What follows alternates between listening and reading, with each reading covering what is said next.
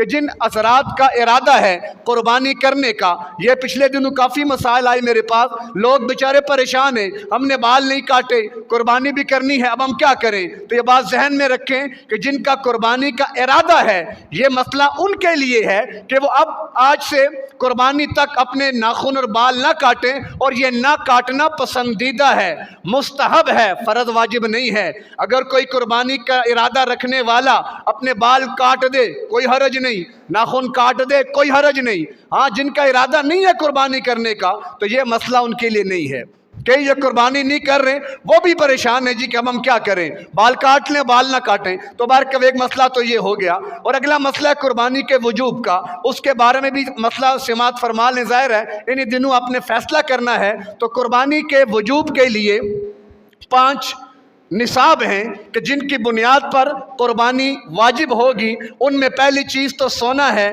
دوسری چیز چاندی ہے، تیسری چیز نقدی یعنی کیش ہے، چوتھی چیز سامان تجارت ہے، اور 5ویں چیز گھر کا ضرورت سے زائد سامان۔ یعنی زکوٰۃ میں تو 4 اموال ہیں، سونا، چاندی، کیش، سامان تجارت۔ البتہ قربانی میں ایک چیز اضافی ہے، وہ ہے گھر کا ضرورت سے زائد سامان۔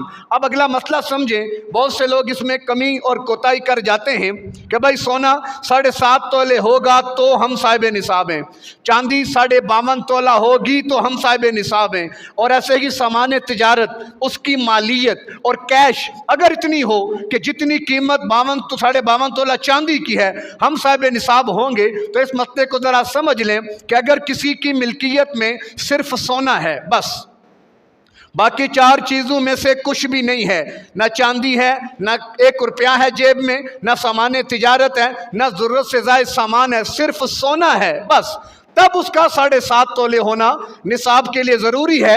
اگر کسی کے پاس سونا ہے اور اس کے ساتھ ان 4 میں سے کوئی ایک چیز بھی آ جاتی ہے، مثال کے طور پر ایک عورت ہے، اس کے پاس 1 تولہ سونا ہے اور اس کی جیب میں 10 روپے، پرس میں 10 روپے پڑے ہوئے ہیں، اب اس کے پاس 2 چیزیں جمع ہو گئی، سونا اور کیش۔ اب یہاں پر 1 نصاب نہیں، 2 نصاب ہیں، اور جہاں پر بھی 2 یا 2 سے زیادہ نصاب جمع ہو جائیں تو وہاں پر ہر نصاب کو الگ نہیں دیکھا جاتا، بلکہ ان نصابوں کی جو مجموعی مالیت ہے وہ نکال کر اس کو پیش کیا جاتا ہے 52.5 تولہ چاندی پر، کہ اگر ان کی مالیت 52.5 تولہ چاندی کی مالیت کے برابر ہو جاتی ہے تو قربانی واجب ہے۔ اور اتنا تو میرے خیال سے ہر گھر میں ہے، اتنا تو ہر گھر میں ہوگا، کیونکہ 52.5 تولہ چاندی کی قیمت میرے خیال سے 90,000 تک ہوگی کم و بیش۔ اس وقت 52.5 تولہ چاندی 90,000 کم و بیش اس کی قیمت ہے۔ اب 90,000 مالیت کا جو مرد اور عورت مالک ہے، کن دنوں میں؟ قربانی کے 3 دنوں میں، 10 ذی الحج، 11 ذی الحج، 12 ذی الحج۔ ان 3 دنوں میں یعنی 10 ذی الحج طلوع آفتاب سے لے کر 12 ذی الحج کے غروب سے پہلے پہلے اگر کوئی بندہ 90,000 یا اس سے زیادہ مالیت کا مالک ہے، اس پر قربانی واجب ہے۔ ایک گھر میں والد ہے، 4 بیٹے ہیں، سب کا اپنا اپنا بزنس کاروبار ہے، ہوتا کیا ہے، والد صاحب نے بکرا لایا، ذبح کر دیا، سارے بھائی بیٹھ کر کھا لیا، اللہ اللہ خیر صلی اللہ۔ ایک کی قربانی سب کی طرف سے کافی نہیں ہوتی۔ یہ مسئلہ سمجھ لیں کہ ہر آدمی انفرادی طور پر اگر صاحب نصاب ہے، ہر ایک پر اپنے انفرادی قربانی واجب ہے۔ اگر خاوند الگ صاحب نصاب الگ قربانی، بیوی الگ صاحب نصاب الگ قربانی، باپ الگ صاحب نصاب الگ قربانی، اولاد الگ صاحب نصاب الگ قربانی، تو سب کے اوپر الگ سے قربانی کرنا یہ کیا ہے؟ واجب ہے۔ کسی ایک کی قربانی کو سب کی طرف سے کافی سمجھنا یہ درست نہیں ہے۔ اب سونا 7.5 تولے اس وقت جب صرف سونا ہو، لیکن اگر چاندی ہے ساتھ یا باقی چیزیں موجود ہیں تو اس صورت میں مسئلہ بدل جاتا ہے۔ اگلی بات سمجھیں، سامان تجارت کے حوالے سے، مال تجارت شریعت کی اصطلاح میں وہ ہوتا ہے کہ جس کو اس نیت سے خریدا کہ اس کو بیچنا ہے۔ جس مال کو بیچنے کی نیت سے خریدا وہ مال تجارت ہوگا، اور بیچنے کی نیت اب تک قائم ہے۔ یعنی 2 چیزیں، نمبر 1 بوقت خریداری